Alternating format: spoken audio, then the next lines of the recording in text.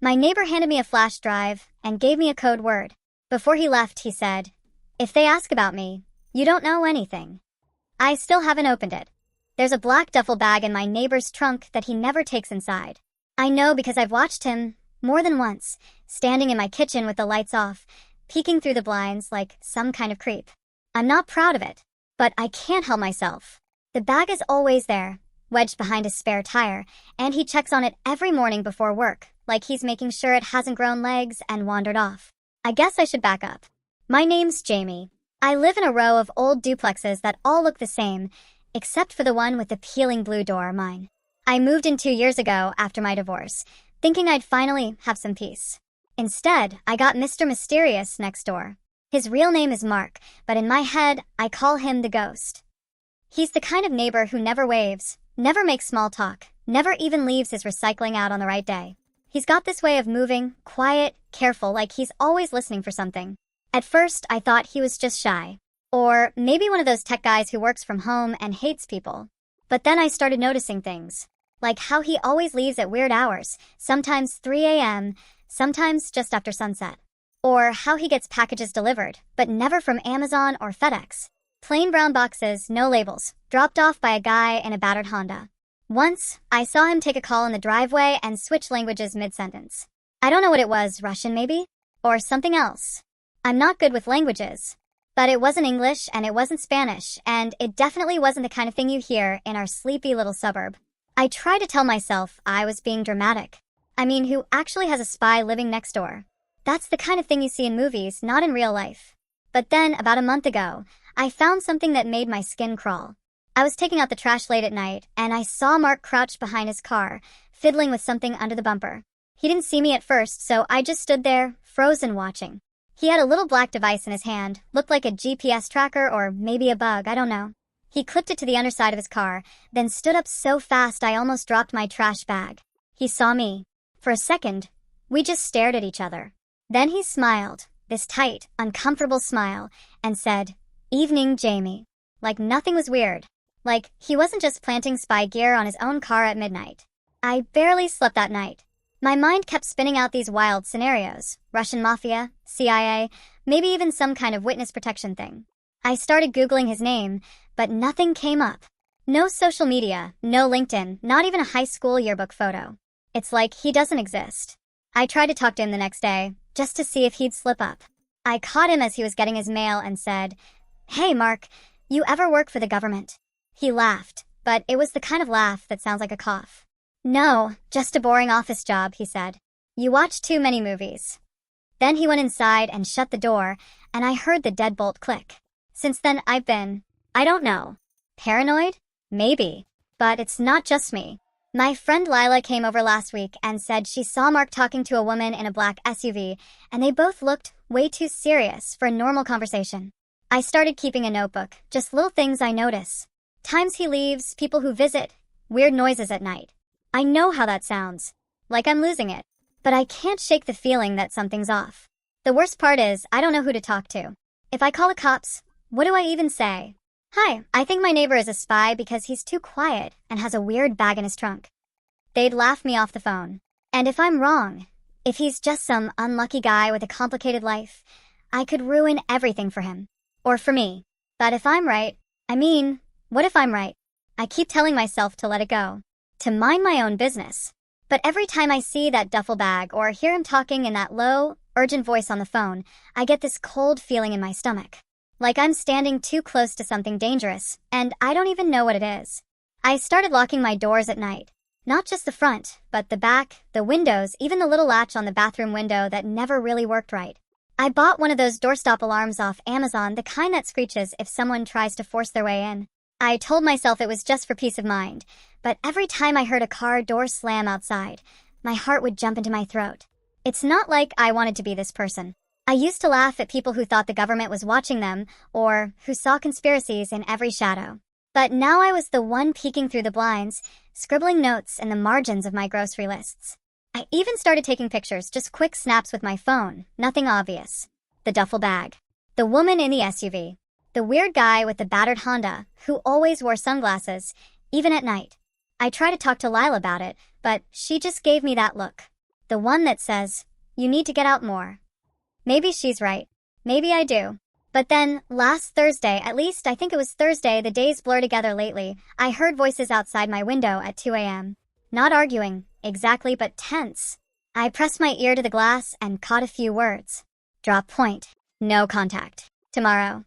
I couldn't tell who was speaking, but one of them was definitely Mark. The other voice was lower, rougher, like someone who smoked too much. I didn't sleep at all after that. I just lay there, staring at the ceiling, listening for footsteps. I kept thinking about that word, drop point. It sounded like something out of a spy novel, but I'd heard it, clear as day. I started Googling again, searching for anything, missing persons, local crimes, even weird news stories. Nothing. It's like whatever's happening is just out of reach, just beyond the edge of what I can prove. The next morning, I tried to act normal. I made coffee, watered my sad little plant, even waved at Mark when he came out to get his mail. He looked tired, like he hadn't slept either. For a second, I almost felt sorry for him. But then he caught me looking at his car, and his whole face changed. He didn't say anything, just stared at me for a beat too long, then went back inside. That's when I started to wonder if he knew. If he could tell I was watching him. I mean, I'm not exactly subtle. I've never been good at hiding my feelings. My ex used to say I wore my heart on my sleeve, and maybe that's true. Maybe Mark can see right through me. I try to distract myself. I went for a walk, called my mom, even tried to read a book. But my mind kept circling back to that bag, that word, that look on Mark's face. I started to feel like I was losing my grip, like maybe I was the one making things weird. But then, 2 nights ago, something happened that I can't explain away. I was up late, scrolling through my phone, when I heard a crash outside. Not loud, but sharp, like metal on concrete. I peeked out the window and saw Mark standing by his car, holding the duffel bag. He looked frantic, sweaty, wild-eyed, like he was running from something. He shoved the bag into the trunk, slammed it shut, and then just stood there, breathing hard. I almost went outside. I almost asked if he was okay. But something in the way he looked like he was about to bolt made me freeze. I just watched as he got in his car and drove off, tires squealing. He didn't come back until sunrise. The next day, I found a note slipped under my door. No envelope, just a scrap of paper, folded in half. My hands were shaking so bad, I almost dropped it. All it said was, "Stop watching. For your own good." No signature. No explanation. Just that. I sat on the floor for a long time, staring at the note. My first thought was to call the police, but what would I even say? I have a bad feeling. My neighbor is acting weird. He left me a note. It all sounds so flimsy, like something a lonely person would make up. But I know what I saw. I know what I heard. And now I know he knows I'm watching. I haven't slept since. Every time I close my eyes, I see that note. I keep thinking about what "for your own good" means. Is he trying to protect me? Or is it a threat? I don't know which is worse. I started keeping my phone in my pocket, even inside the house. I know that sounds paranoid, but after the note, I couldn't shake the feeling that someone might be listening. Or watching. I unplugged my smart speaker, covered the webcam on my laptop with a Band-Aid. I even stopped talking to Lila about it. She'd just tell me to get a grip, and honestly, I didn't want to drag her into this. Whatever this was. The next few days were a blur of half-slept nights and jittery mornings. I'd hear footsteps in the hallway and jump. I'd see Mark's car pull in and feel my stomach twist. I started to wonder if I was the one losing it. Maybe I'd made it all up, pieced together a bunch of weird coincidences, and convinced myself I was living in a spy movie because my real life was so empty. Divorce, dead plants, a job I could do in my sleep. Maybe I just needed something to feel important about. But then, last night, everything changed. It was just after midnight. I was brushing my teeth, trying to ignore the way my hands were shaking, when I heard a knock at the door. Not loud, but urgent. I froze, toothbrush still in my mouth. Another knock, faster this time. I spit, wiped my mouth, and crept to the door, heart pounding so hard I thought I might pass out. It was Mark. He looked worse than I'd ever seen him. Hair a mess, eyes bloodshot, jacket zipped up to his chin even though it was warm out. He glanced over his shoulder, then leaned in close to the door. "Jamie, I need to talk to you. Please. Just for a minute." I should have said no. I should have called the police, or at least told him to leave. But I opened the door. I don't know why. Maybe I wanted answers.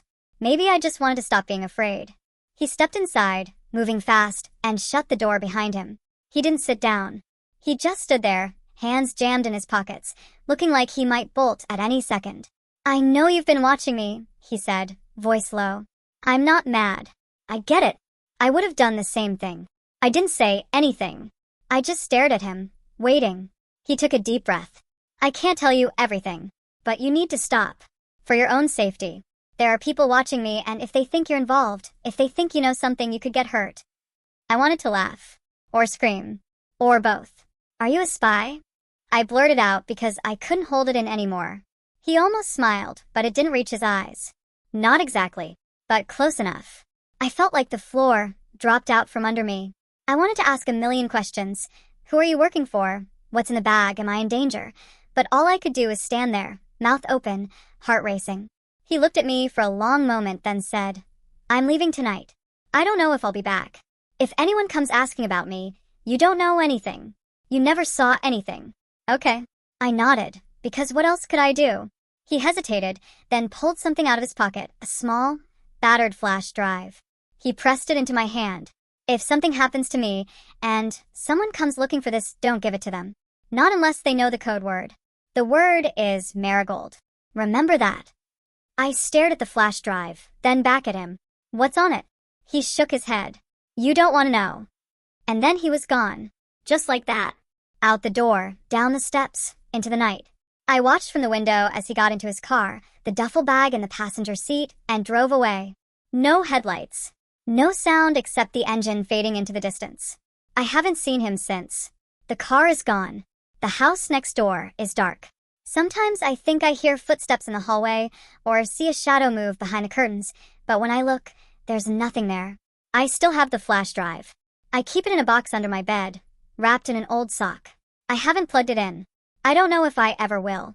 Sometimes I think about throwing it away or mailing it to the police, but I can't bring myself to do it. It feels like a piece of someone else's life, something dangerous and unfinished, and I'm just holding it for now. I don't know if Mark is alive. I don't know if I'll ever see him again. Sometimes I wonder if any of it was real, or if I just got caught up in my own loneliness and fear. But then I see the flash drive or remember the look in his eyes, and I know it wasn't just in my head. I still lock my doors at night.